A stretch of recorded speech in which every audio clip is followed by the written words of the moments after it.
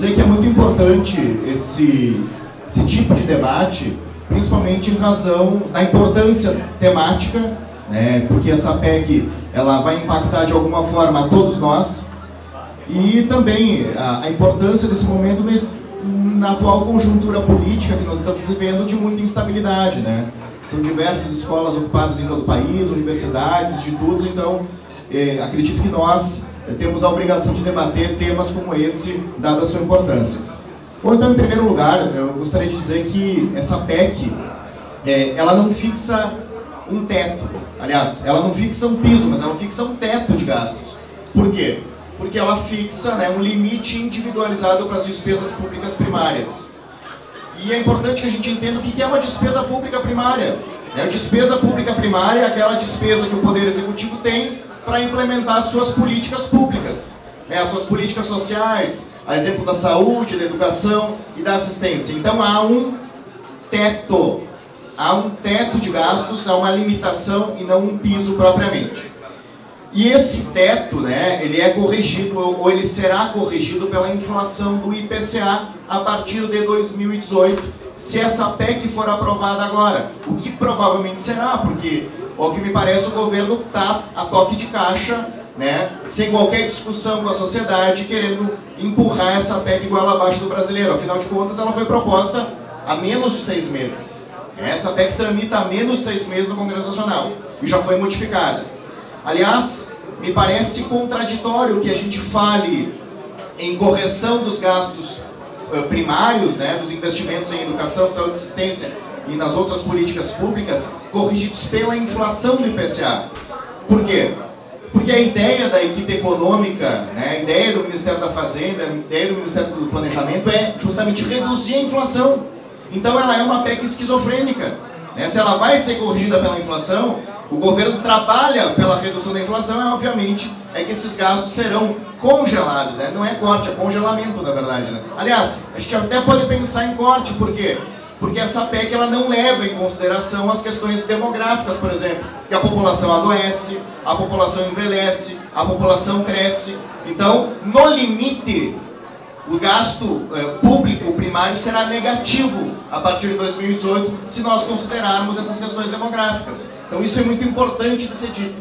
Outro aspecto relevante que nós precisamos dizer, e que eu acho que talvez nem todos ainda se deram conta, é que não está incluída nessa PEC 241 ou 255, não estão incluídas as despesas com aumento de capital de empresas estatais não dependentes. O que é isso, né? São as empresas do setor financeiro, exemplo da Caixa, Banco do Brasil, BNDES, do Grupo Eletrobras, do Grupo Petrobras, entre outras. Por que nós temos que atentar para isso?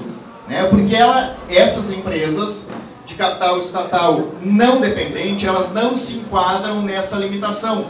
O que pode ser bom para os especuladores, né? Para os especuladores financeiros, aqueles que se aproveitam do rentismo no Brasil. Por quê?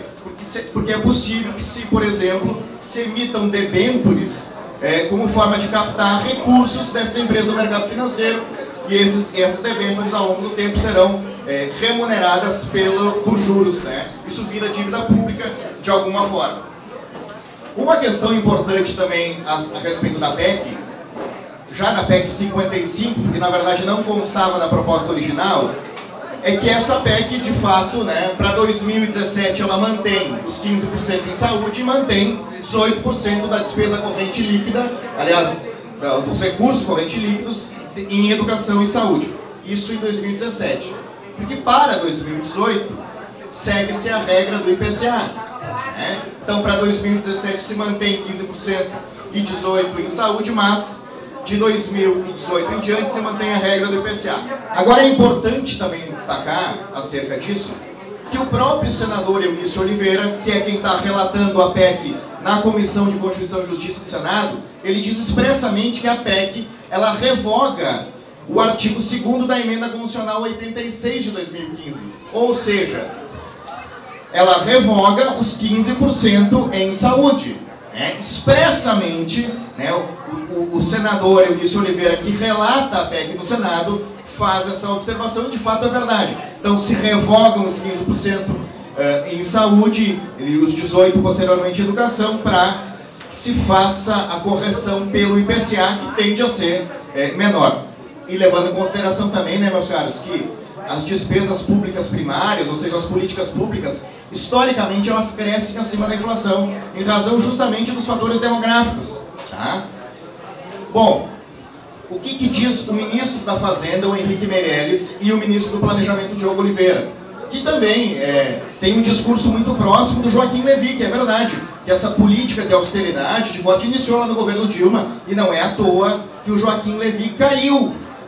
Não é à toa que o Joaquim Levy caiu e o Nelson Barbosa assumiu o seu lugar, e talvez por isso, inclusive, que a Dilma tenha caído, porque não seguiu essa política. Mas diz, então, os dois ministros lá no preâmbulo, né, na exposição de motivos da PEC, diz lá: é importante, então, fixar meta de expansão da despesa pública primária total, que terá crescimento real zero. O crescimento real, então, das políticas públicas, do gasto público primeiro, real, será zero. Isso o próprio ministro Henrique Meirelles e o ministro Diogo Oliveira têm dito.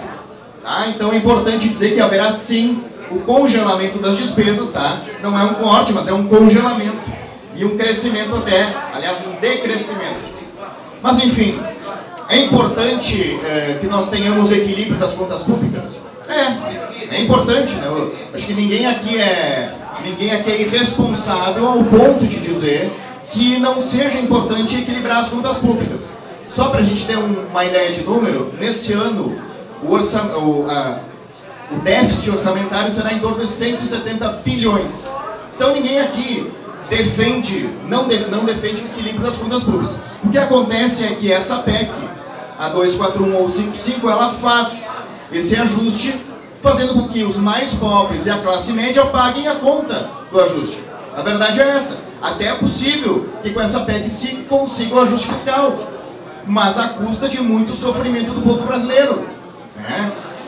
Então, meus caros, e essa analogia, inclusive, que fazem com a família, né, é uma analogia falaciosa, porque nenhuma família vai cortar a alimentação e a saúde para manter o financiamento do veículo. Né? Bom, se eu tenho meu veículo financiado, se eu tenho um empréstimo bancário, eu vou, em primeiro lugar, questionar o juro desse financiamento. Né? Vou, de alguma forma, negociar ou renegociar, mas não vou cortar a saúde e a alimentação dos meus filhos, da minha esposa, enfim, da minha família. Isso é importante ser dito, que essa analogia é uma analogia falaciosa.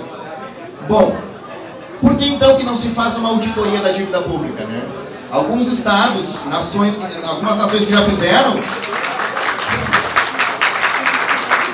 algumas nações, inclusive, reduziram 30%, 33%, um terço da dívida só com auditoria. Acho que é importante ser feita a auditoria da dívida pública, que foi vetado, inclusive, pela Dilma, inclusive, uma grande crítica que nós temos em relação a ela.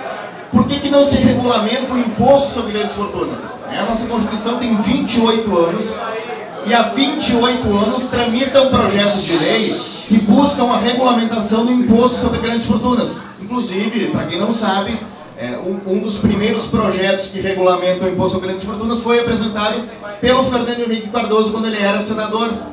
Esse projeto nunca andou. E nós temos estudos de direito tributário e financeiro que mostram, estudos de economistas da Fundação Getúlio Vargas, que mostram que só com a regulamentação do imposto sobre grandes fortunas, a arrecadação seria em torno de 100 bilhões ao ano. Lembrando que o déficit desse ano é de 170 bilhões. Então faltaria pouco, faltariam só 70. Bom, temos outras alternativas. Vamos corrigir a tabela do imposto de renda. E quem mais paga tributo nesse país é a classe trabalhadora, que desconta o imposto de renda na fonte.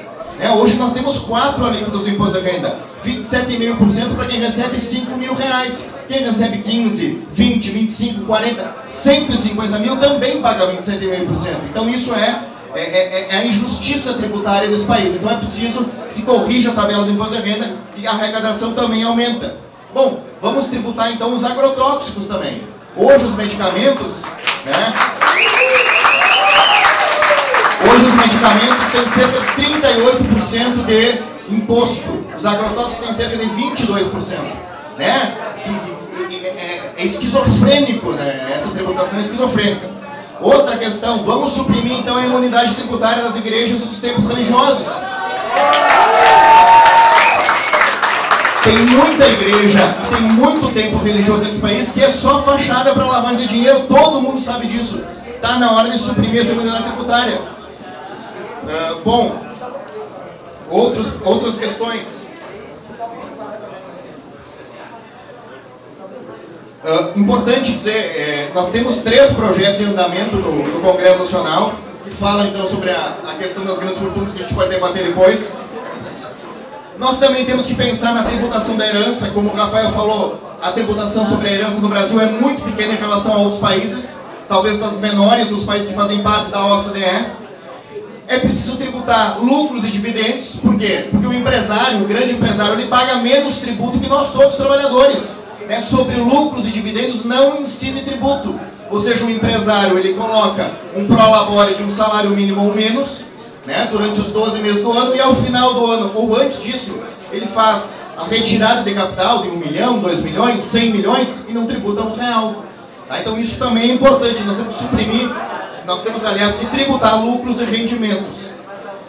Uma questão interessante também, e é um problema que nós temos, é que o ministro da Fazenda, ele tem vendido, e a Rosânia colocou muito bem isso, ele tem vendido essa PEC como parte de um combo. É um combo que é a grande solução dos problemas fiscais do Estado.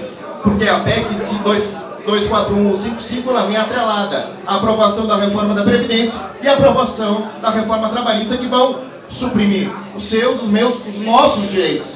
Todos aqui serão afetados por essa reforma. Né? Inclusive a reforma trabalhista que propõe o acordado sobre a CLT, sobre o legislado. Né? Que condições que nós temos impede igualdade de buscar direitos com os nossos empregadores, com os nossos patrões.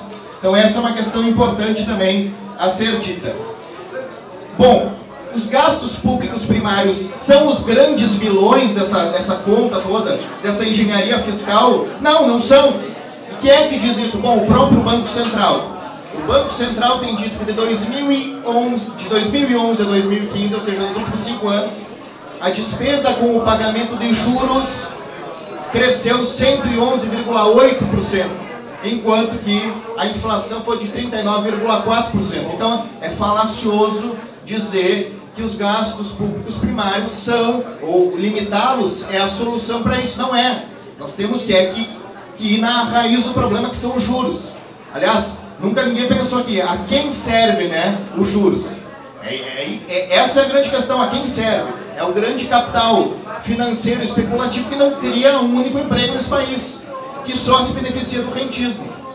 Bom, nós temos estudos do IPEA também, o Instituto de Pesquisa Econômica Aplicada do Governo Federal, que mostra que a nossa tributação é elevadamente regressiva. O que quer dizer? Que os mais pobres é que pagam mais impostos. E o IPEA está dizendo, olha, 10% das famílias mais pobres comprometem 32% da renda com o pagamento de impostos, enquanto os 10% mais ricos apenas 21%. A OCDE, a Organização para a Cooperação e Desenvolvimento Econômico, diz, olha, a carga tributária brasileira, 3,52% é formada de impostos que incidem sobre o patrimônio, 24,14% de impostos sobre a renda e 68,20% tributos sobre o consumo. Ou seja, essa água mineral, essa batata frita, essa cerveja que nós estamos tomando, incide em tributação indireta, que corresponde a 68,20% da arrecadação tributária. Ou seja, quem mais paga tributo no Brasil somos nós, os mais pobres, a classe trabalhadora. Isso é importante também ser dito. Bom, e por fim, novamente vou dizer, é preciso que se ataque, então, esse valor que se paga, esse percentual do PIB que se paga, do orçamento, aliás, que se paga de juros da dívida, como a Rosane bem colocou, são 42,43% ao ano do orçamento da União que vai para o pagamento de juros e a amortização da dívida, enquanto 4,4% para a saúde e 3,9% para a educação. Então, está na hora da gente pensar, da gente refletir se é essa PEC que vai trazer a grande solução, que vai trazer o equilíbrio fiscal para o Brasil. E por fim, eu que sou pesquisador de democracia participativa, eu acho que é importante que a gente, por que a gente não pensa num grande referendo então, né? Por que não se convoca um referendo para ver se a população brasileira é contra ou se é a favor da PEC? Vamos colocar em discussão discussão, vamos colocar em votação e não levar, e não tentar jogar a goela abaixo do cidadão brasileiro a aprovação dessa PEC, como se ela fosse trazer a solução para todos os nossos problemas. Muito obrigado.